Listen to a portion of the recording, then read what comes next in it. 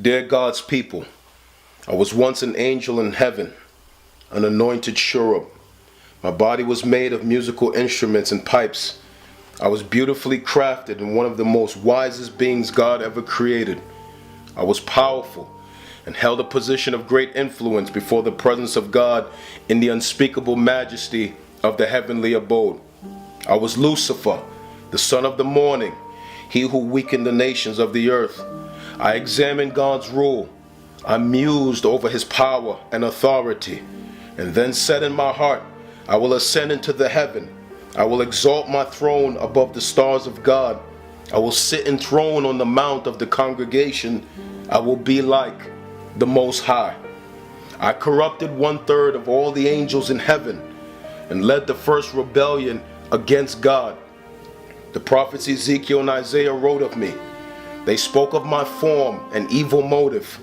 I was banished to the earth for a season. The Son of God saw me fall like lightning from heaven.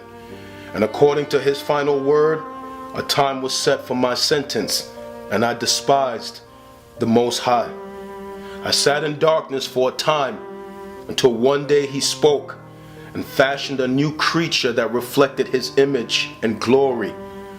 Hatred filled my heart and jealousy filled my cup, and in rage I went to inspect God's crowning jewel of his new creation. I saw you in your perfect state, holy and pure before the Most High. Your innocence astounded me. Your morality convicted me. Your virtue confused me. Your authority angered me. And your image constantly reminded me of the Most High. I watched you walk with God in the cool of each day. I watched as you enjoyed the blessing of his creation. The brilliance of your design overwhelmed me. Your submission to him enraged me. And the light of this relationship eclipsed me. So I sought you. I came to you. And with one question of doubt, I beguiled you. I corrupted you and watched with enthusiasm as you approached that which was forbidden from you. You fell from perfection. Your image was marred. Your new nature weakened you. Sin now corrupted you. Sin sentenced you. Sin will bring pain to you. Sin separated you from God. Through my influence, I exerted rule over you. I confused you. I blinded you. I deceived you. I hated you and resolved to keep you separated from the Most High. But he spoke judgment against me and promised the coming of his Son. And when he came, he crushed me. He bruised me. He exposed me. His blood repelled me. His authority overpowered me. His glory eclipsed me. And with his death on the cross, he disarmed me. For 3 days I paced frantically, and then suddenly all of creation shook violently. The keys were snatched from me. Then I looked, and the Son of God had risen victoriously. He had made a way of escape. He had conquered death, hell, and the grave. He made a pathway back to the Most High, and I was enraged and powerless all at the same time. My attempt to beguile the Son had failed. My attack on him in the wilderness had failed. My attempt to imprison those who belonged to him had failed.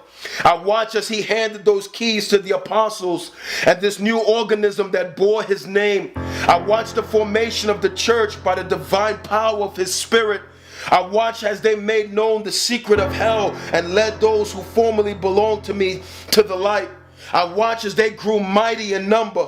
I watched as they grew mighty in influence. I watched as they worshiped and followed after the Son of the Most High. I watched as my rule diminished and the number of those being snatched from hell increased beyond my control.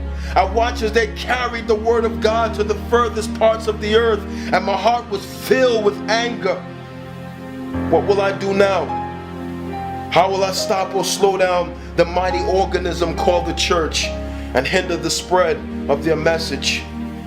I know I will divert their attention away from the commission of the Son of God. I will influence their leaders and gatherings. I will pollute their message and corrupt their doctrine. I will stir hostility of the unsaved world against them. I will stir the mountains of influence against them in every society and nation on earth. I will make them hated and despised among men. I will rise up my own vessels to vehemently contradict their message. I will fill their homes, their schools, their cities, their nations, and their governments with deceit and flood their airways with lies. I will cause those who have escaped my rule to focus only on themselves and stir indifference in their hearts for the commission of the Son of God. I will blind them with their own pride, discredit their message, weaken their influence, and fill their gatherings with alternate focuses. I will lead them in fruitless busyness and even attend their gatherings. I will cause them to fight one against the other and stir conflict between their doctrines. I will flood their hearts with apathy and dilute their churches with the influence of the world. I will divert them. I will make them derelicts of their duty. To the Church of Jesus, those of you who have escaped the wrath to come and now have a relationship with the Most High, I am okay if you attend church gatherings. I'm okay if you have conferences. I'm okay with you starting new ministries, build facilities, write books, sing songs, travel, even enjoy and worship the Son of God. I'm okay with all your endeavors so long as they don't infringe on my territory of darkness. But please do not turn your focus outward. Please do not develop a burden for the lost. Please do not spend time reading the scriptures and growing in a knowledge of your calling here on earth. Please just enjoy each other. Please do not tell anyone of my existence. I like to be on the down low. Please do not warn sinners of the wrath to come. Do not share Christ with the lost who I still own. Do not convince them of their sin or point them to the Son of God.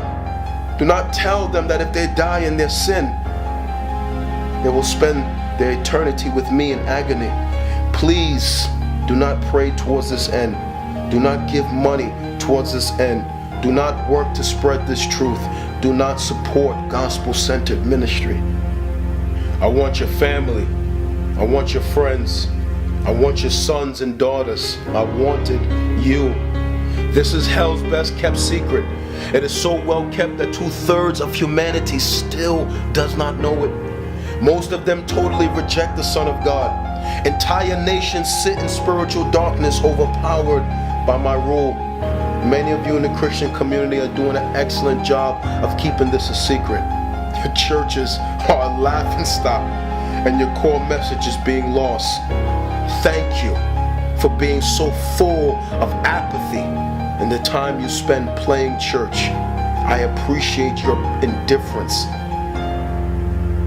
to the Great Commission and your blatant dereliction of duty with hatred. Satan.